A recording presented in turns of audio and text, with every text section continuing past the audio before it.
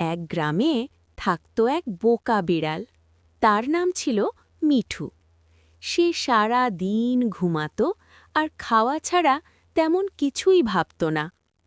একই বাড়িতে থাকত এক ছোট কিন্তু ভীষণ চালাক ইঁদুর। তার নাম টুকু। মিঠু প্রতিদিন ভাবত, আজ ইঁদুর ধরবই, কিন্তু ধরার আগেই সে ঘুমিয়ে পড়ত। একদিন টুকু বুঝে গেল এই বিড়ালটা খুবই বোকা। সে মজা করে একটা পরিকল্পনা করল। টুকু বিড়ালের সামনে এসে বলল, মিঠু ভাই, আজ নাকি রান্নাঘরে দুধ আর মাছ একসাথে রাখা হয়েছে। এই কথা শুনেই মিঠু লাফ দিয়ে উঠল। সে দৌড়ে রান্নাঘরে গেল, কিন্তু সেখানে গিয়ে দেখে কিছুই নেই।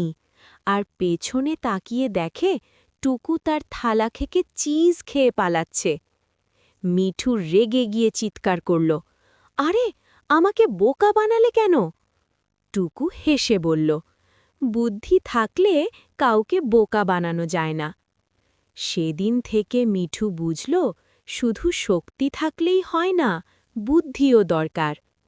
গল্পের শিক্ষা: বুদ্ধি শক্তির চেয়েও বড়।